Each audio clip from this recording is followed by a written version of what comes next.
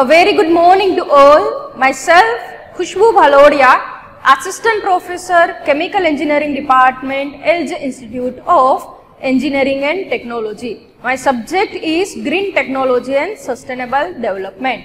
In a previous lecture of this subject, we have seen microwave assisted reaction, advantages of microwave assisted reaction, comparison with conventional heating, and also we have seen industrial application of microwave assisted reaction. Now in a today's session we will see the ultrasound assisted reaction and its application. Right, what do we mean by ultrasound assisted reaction? That means a chemical reaction which is initiated by a sound waves. Before that we will see the meaning of ultrasound. Now what do we mean by ultrasound? Ultrasound is defined as any sound of a frequency above that to which human ear cannot respond. That means a greater than 20 kilohertz, which is a ultrasound waves.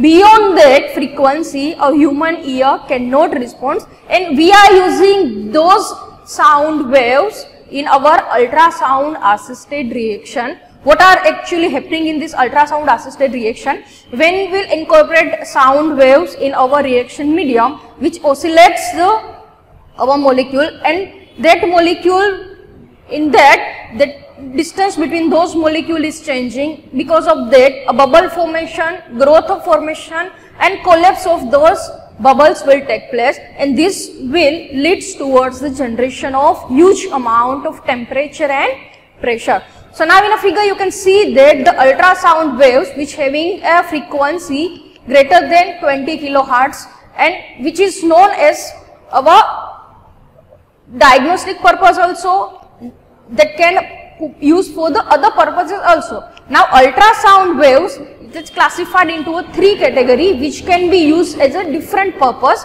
and those three category is, one is diagnostic purpose. In that case we are using ultrasound of very high frequency.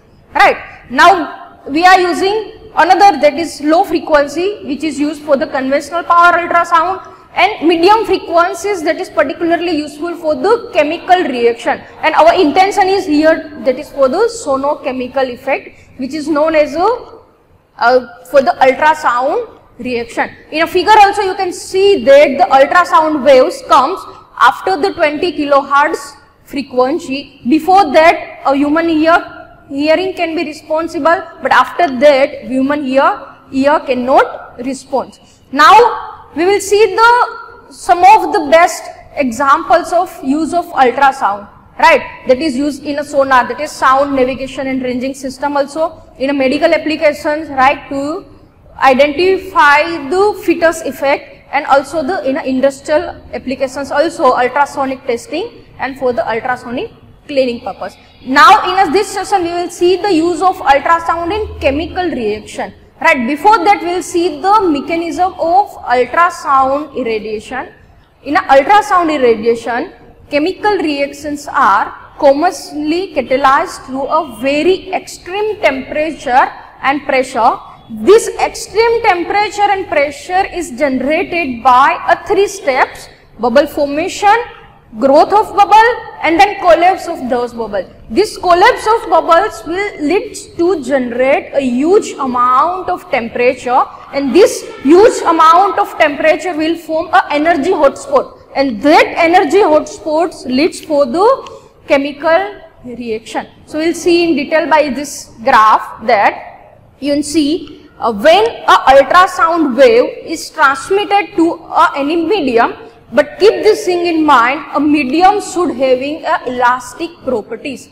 Any material can be used for the ultrasound reaction medium which is having a elastic property. A solid, liquid or gas can be used. That means ultrasound waves can be transmitted to a solid, liquid or gas medium, right, which having a elastic property. As ultrasound wave is transmitted to our reaction medium, so this wave travels towards the lower pressure in direction. So as time pass, there is a formation of bubble will take place. After certain time that bubble will grow in size, and then collapse of that bubble will take place, which leads towards the high temperature and pressure. So now you can see that diagram of radius versus the time. When this bubble formation, radius of our bubble is very low, and as the time passes, the size of bubble is increasing. At a certain level, when a critical bubble size is achieved, so beyond that, now further bubble which cannot hold the liquid further, and then collapse of that bubble will take place. What actually happened when we transmit our ultrasound wave in our reaction medium? So it travels in direction of low pressure, so which oscillate the molecules of our compound, right? That means which oscillate the molecules, that means average distance between a two molecule is changing. Average distance between a two molecule is changing, and before that a critical diameter of our bubble is also going to change. We will see this later on. A sonification effect, that means a liquid medium can be throughout as generating high temperature hotspot throughout the system, and that high generation energy hotspots are a main key factor for the accelerating the reaction or catalyzing our chemical reaction. Along with this, as I said earlier, this mechanism of ultrasound irradiation is of three steps: bubble formation, growth of bubble, and collapse of bubble. So we'll see this stepwise. First one is the formation. As the wave travels or as the wave move across the area of low pressure, right? So gas and vapor bubbles are formed. That means it is also known as a cyclic effect of rarefaction and compression. So next part in a growth section, these bubbles will increase in size up to a critical diameter, right? And as the bubble approaches towards a critical diameter, beyond that a collapse of bubble will take place, or I can say a cavitation effect will appear. That means a collapse of bubble which release a tremendous amount of energy and give a condition to a high temperature and high pressure, and this collapse of bubble will known as a hotspots, right? Now thermal effect of these hotspots are the main principle behind the use of ultrasound reaction. In addition to the thermal effect, the collapse of bubble will also create a strong searing effect also. So the cavitation bubble has a different effect within the liquid medium that depends on the reaction medium that we are using. So right, so we have total three types of possibility. The homogeneous liquid that can be possible, heterogeneous liquid, or heterogeneous solid liquid. That depends entirely of our reaction system. Right. Now we'll see there is one diagram that is for the ultrasonic cavitation, how this cavitation actually appear. Now you see there is a wave in which a rarefaction and compression is happening simultaneously, right?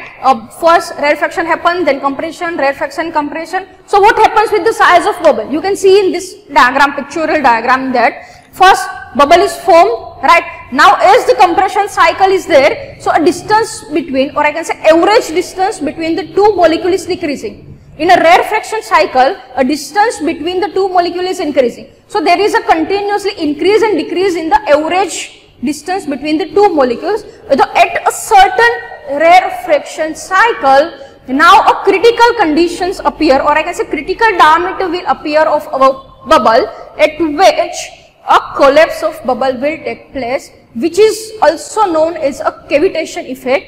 At that point, tremendous heat, or I can say a temperature around 4000 degrees Celsius will appear, and that leads towards a high reaction rate and also a high pressure, right? So this is actually a mechanism behind the ultrasound irradiation in any chemical system, right? Now we'll see what are the reactions are possible by using the ultrasound waves. So first one is, two most important advantage we will use by using this ultrasound in our organic synthesis is, one biggest advantage, it increase the reaction rate, and another advantage is it increase the product yield. Along with the temperature and pressure, we are getting two more advantage, which is the high reaction time, increase in reaction rate and increase of the product yield. Now we'll see what are the